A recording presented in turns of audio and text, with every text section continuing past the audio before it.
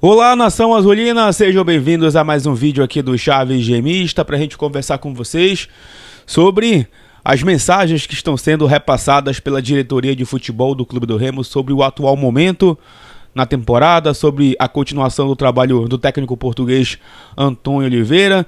Também falar sobre o recado que os jogadores passaram aí nas redes sociais, dando apoio ao treinador.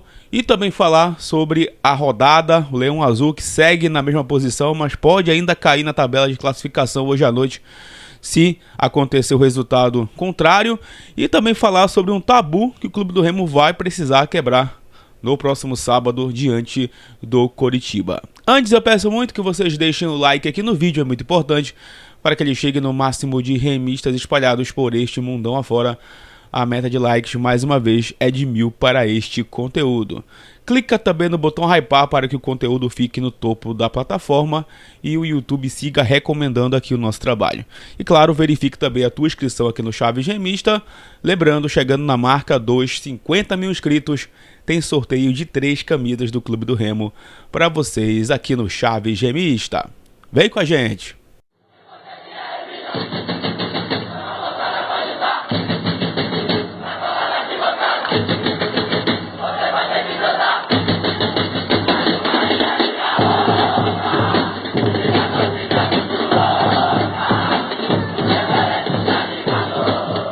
Este vídeo que tem o apoio e o patrocínio da Bet da Sorte, a patrocinadora master do Chaves Gemista, onde por lá você pode montar os teus palpites com o futebol nacional e internacional e claro, jogando com responsabilidade. Você se cadastra gratuitamente na Bet da Sorte, monta o teu palpite e ainda concorre a uma camisa oficial do Clube do Remo aqui pelo Chaves Gemista. Lembrando, chegando aí 100 cadastros, nós vamos sortear um manto do Leão Azul Paraense para vocês aqui no canal. Não perde tempo, pega a câmera do teu celular, aponta para o QR Code na tela e também clica no link do primeiro comentário fixado.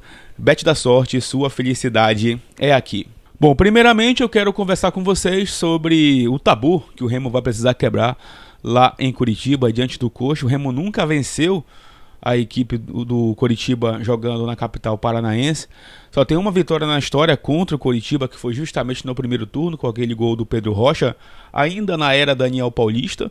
E depois disso o Remo não conseguiu mais nenhum resultado, né? Antes disso o Remo não conseguiu mais nenhum resultado na história. Então o Remo vai precisar, né, para trazer de novo, né, as vitórias para o Baianão, quebrar esse tabu diante do Coritiba jogando lá na capital paranaense. O Remo vai ter o apoio do seu torcedor, é claro, o setor visitante deve estar lotado, muitos remistas moram em Curitiba, a galera de Santa Catarina vai para o jogo também, pessoal de São Paulo, né, que desce para assistir a partida, enfim, setor visitante vai estar lotado, apoio não vai faltar para o Clube do Remo nesse jogo.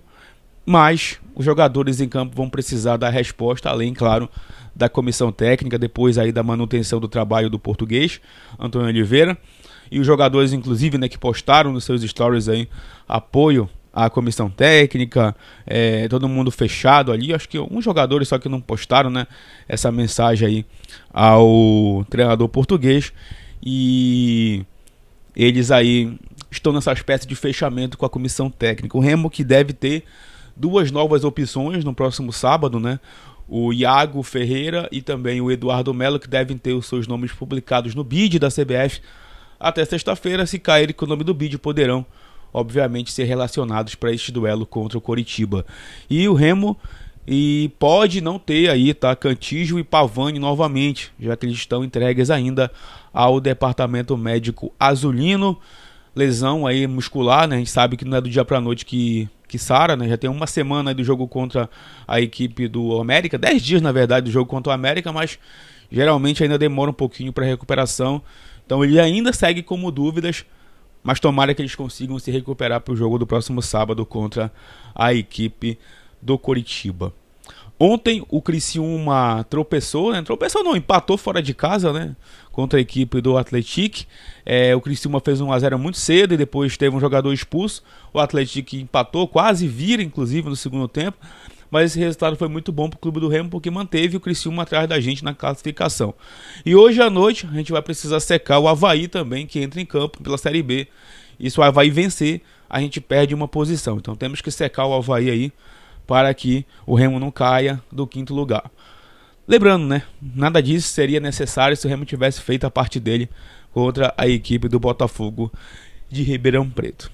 Agora, só para encerrar o conteúdo, eu queria conversar com vocês sobre essa mensagem aí, né, que foi passada da diretoria para os jornalistas aí, o Abner Luiz e também o Giuseppe Tommaso, o Tommasão no seu canal e o Abner Luiz lá nas redes sociais, de que a diretoria se manifestou através deles, dizendo que não tem crise interna no Remo, que não tem problema, que acreditam no trabalho do Tony Oliveira, que ainda tem um lastro aí, né, a se queimar, a ser usado para confiar no trabalho, enfim. Desde sábado, né, quando o Remo não conquistou o resultado positivo contra o Botafogo, a torcida saiu chateadíssima do Mangueirão e nas redes sociais todo mundo se manifestando contra o trabalho. A própria imprensa, né, informou de que estavam rolando reuniões para definir o futuro do técnico português. Inclusive os próprios, né, jornalistas aí citados falaram também sobre essa possível mudança.